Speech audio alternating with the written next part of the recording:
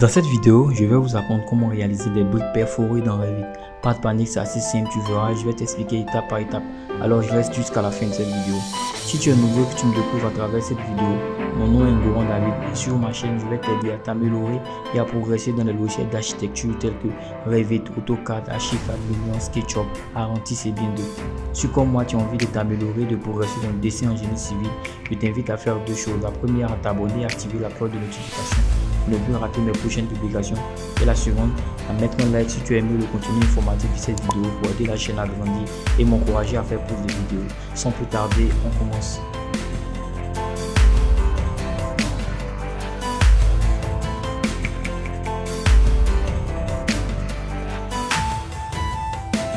Alors aujourd'hui les gars, on se retrouve pour un nouveau tutoriel. Aujourd'hui nous allons réaliser des briques perforées dans Revit.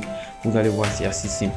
Alors pour ce tutoriel, nous allons devoir réaliser, c'est-à-dire nous allons créer d'abord une famille. Voilà, nous allons déjà créer d'abord une famille de briques. Voilà, nous allons créer une famille de briques et nous allons l'importer plutôt dans notre projet. C'est assez simple, vous allez voir. Donc déjà, ce qu'on va faire, on a notre projet qui est ouvert, c'est-à-dire que on a un projet sur lequel on veut envoyer ces briques là, c'est-à-dire qu'on veut apporter ces briques là dans notre projet. Donc pour ce faire, ce qu'on va faire, on va d'abord ouvrir une nouvelle famille. On va faire fichier, nouveau, famille. Voilà, et on va aller chercher panneau de mur rideau. Pour moi, je vais faire contrôle, je vais dérouler la molette pour pouvoir facilement retrouver. Donc je vais descendre panneau de mur rideau. Voilà, on a ici panneau de mur rideau métrique. Donc vous sélectionnez ça, panneau de mur rideau métrique. On va faire ouvrir. On attend que ça charge. Voilà, une fois que cela est chargé, ce qu'on va faire, bon, je vais aller changer directement la unité. Bon, je pense que pour ce tutoriel là, je vais me mettre en mètre. Bon, je vais mettre tout en millimètres, c'est mieux. Donc je vais faire UN sur mon clavier. Voilà, on est déjà en millimètres. Donc je vais faire OK. Voilà. Donc ici, ce qu'on va faire, je vais me mettre sur une élévation. On va ici élévation extérieure. Voilà. Et la première chose à faire ici, c'est-à-dire ici, je vais réduire cette distance là. Je vais mesurer. Ici on a 150. Ce que je vais faire, je vais prendre ça, la cotation. Voilà. On est à. Voilà, je vais faire une deuxième cotation ici. Voilà, je vais faire équidistance. Et ce que je vais faire ici, je vais le mettre à 400. Voilà.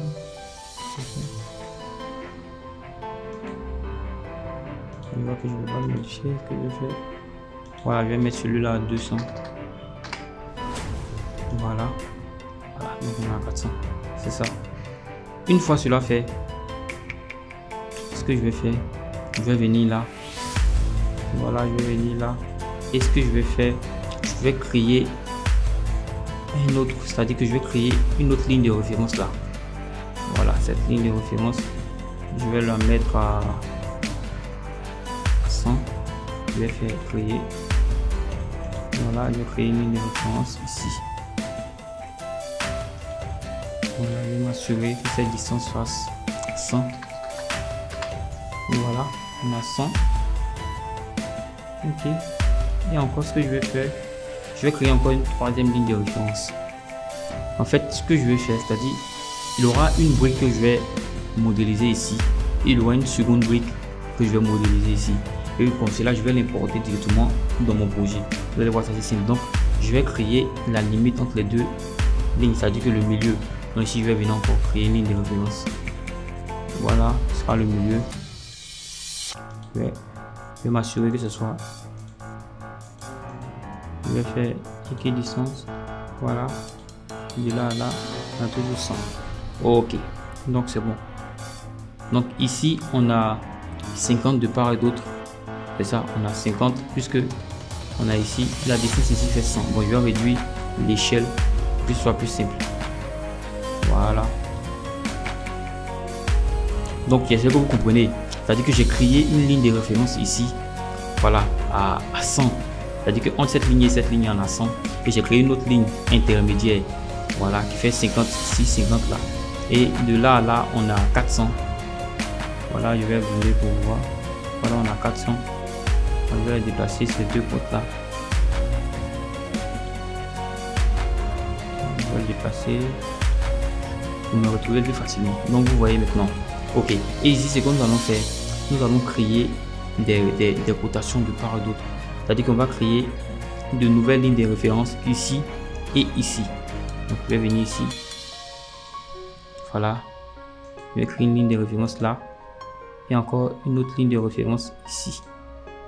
Voilà. Et ces deux lignes de référence là, je vais les mettre à 40 cm, à 40 mm de part et d'autre.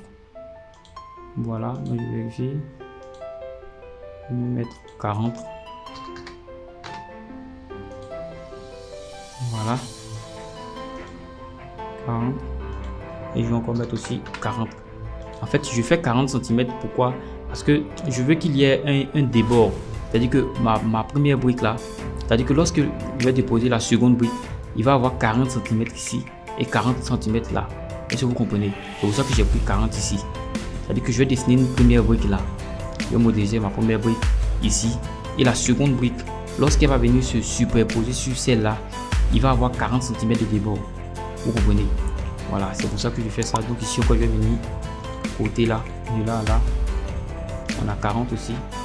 Et je vais créer un paramètre sur cette cotation là, sur ces deux côtes là.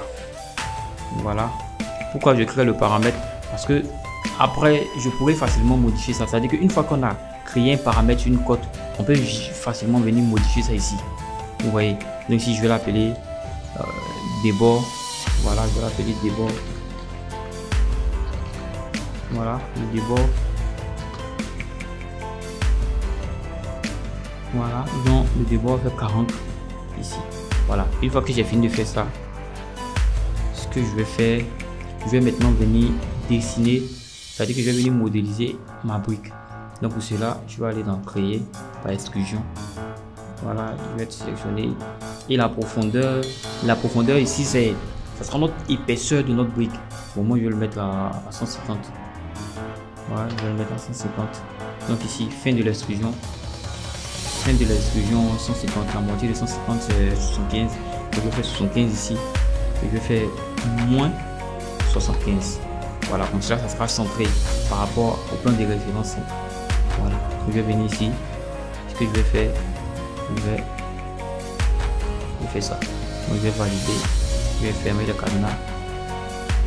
Voilà, je vais valider. Donc, si je pars en 3D, voilà, on a notre première brique qui a été créée.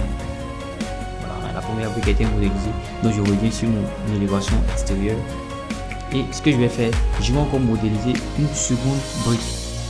Voilà, je vais modéliser encore une seconde brique. C'est-à-dire que ici on a une première brique qui est là. Et je vous l'ai dit, lorsque je vais dessiner une seconde brique, il va avoir un décalage de 50 et de 40 cm ici. Et encore 40 là. Donc je vais encore appliquer le même débord. Donc pour cela, je vais venir ici, créer. Voilà, je vais créer une ligne de référence ici. Je vais encore créer une ligne de référence. Voilà. Dans une autre vidéo, je vais faire une vidéo sur les lignes de référence. Vous allez comprendre pourquoi c'est important de créer des lignes de référence lorsqu'on fait des paramétrages. C'est-à-dire que lorsqu'on crée des familles paramétriques, voilà, c'est très important de faire des lignes de référence. Bon, je vais vous détailler ça dans une autre vidéo qui va sortir prochainement. Donc ici, ce que je vais faire, déjà, bon, la 40 ici, je vais coter pour voir effectivement, voilà, que j'ai le débord aussi 40 là et 40 aussi ici. Donc je vais sélectionner ces deux côtes, celle-là et celle-ci. Voilà, et je vais appliquer le même paramètre de débord. Voilà. Et ce que je vais faire, je vais modéliser encore ma prochaine brique. Je vais faire ça. Voilà, on a toujours les mêmes paramètres. Voilà, je vais venir de là vers là. J'active le cadenas, je verrai. Voilà, une fois qu'il s'est verrouillé, je vais faire valider. Voilà, donc maintenant on a nos deux briques qui ont été modélisées. Ça va, on a modélisé les deux briques et maintenant on a, c'est-à-dire un débord de 40 de partout. Et ce que je vais faire, je vais mettre une profondeur.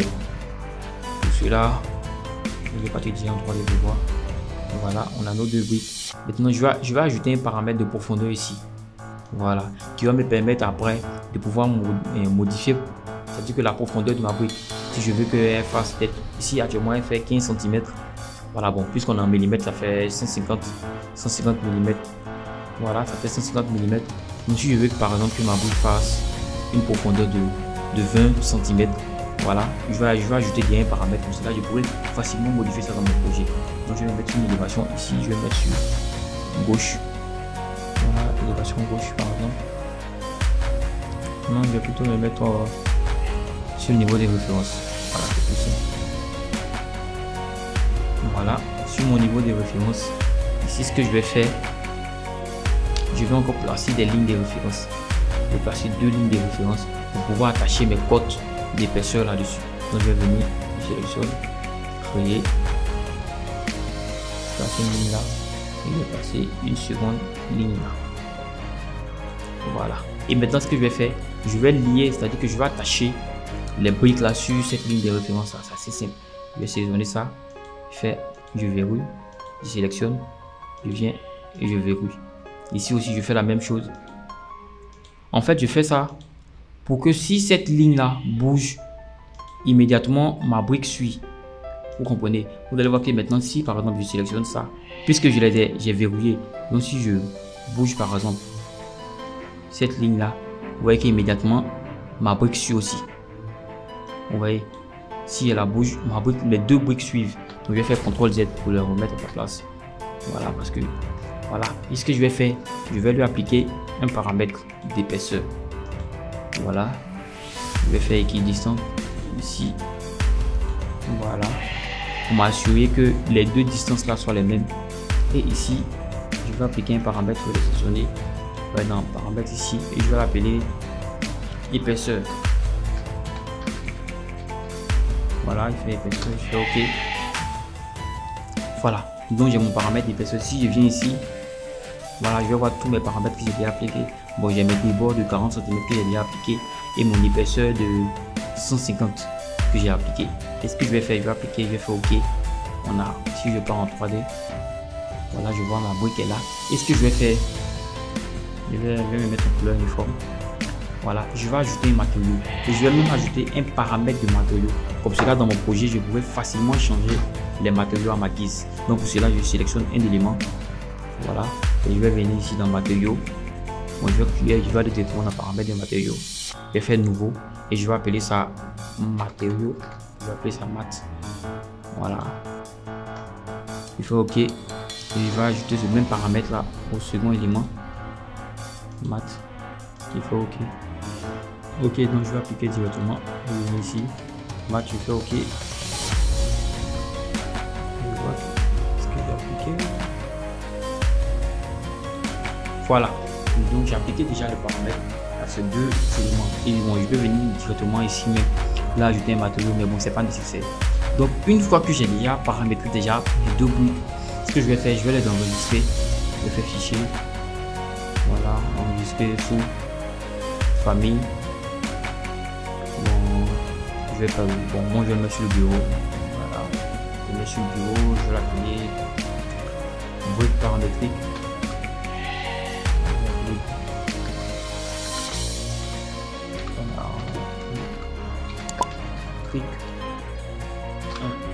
Voilà, je vais l'appeler brique paramétrique 1 parce que bon, j'ai plusieurs. Bon, je vais faire paramétrer plutôt. Et je vais faire enregistrer.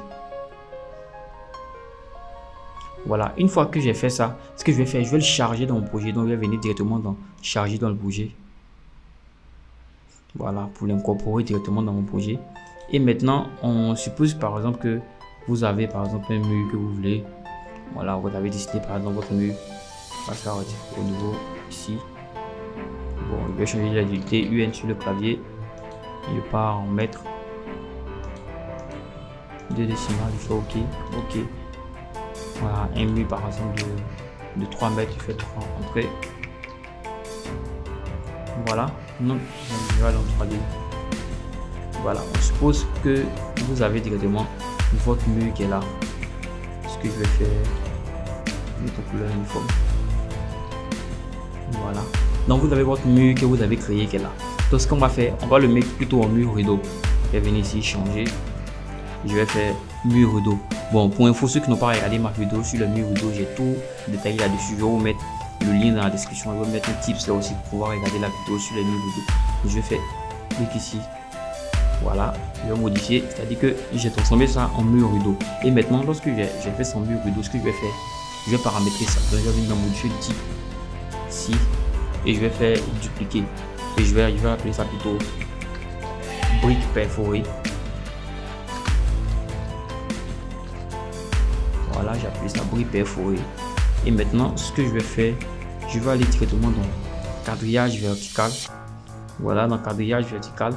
Ce que je vais faire, je vais mettre ici distance fixe.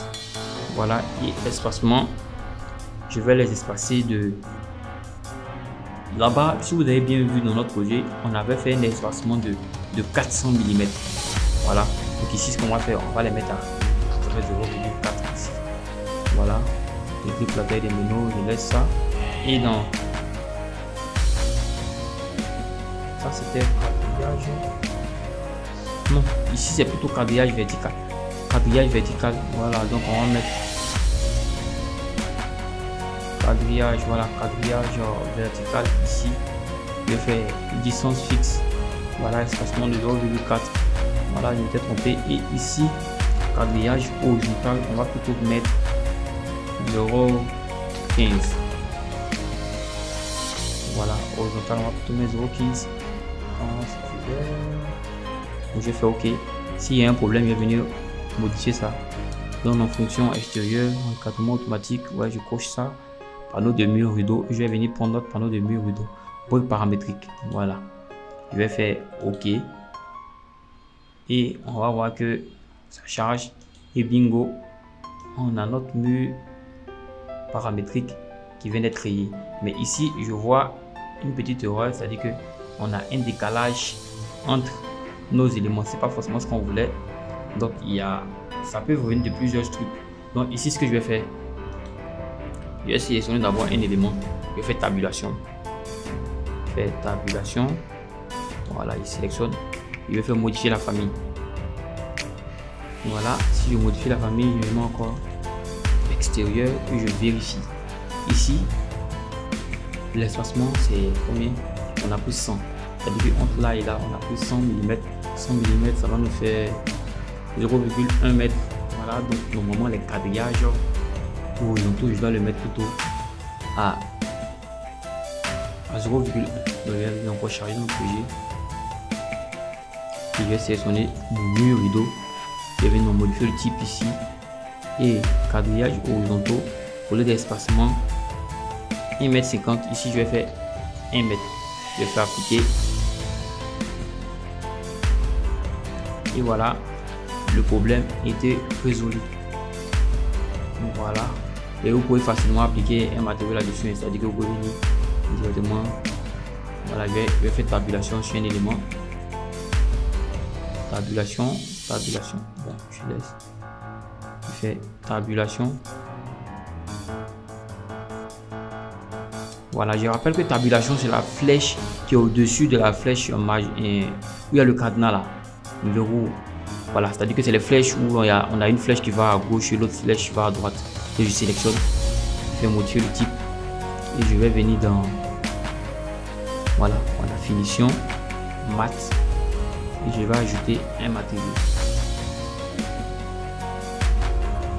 On attend que ça charge.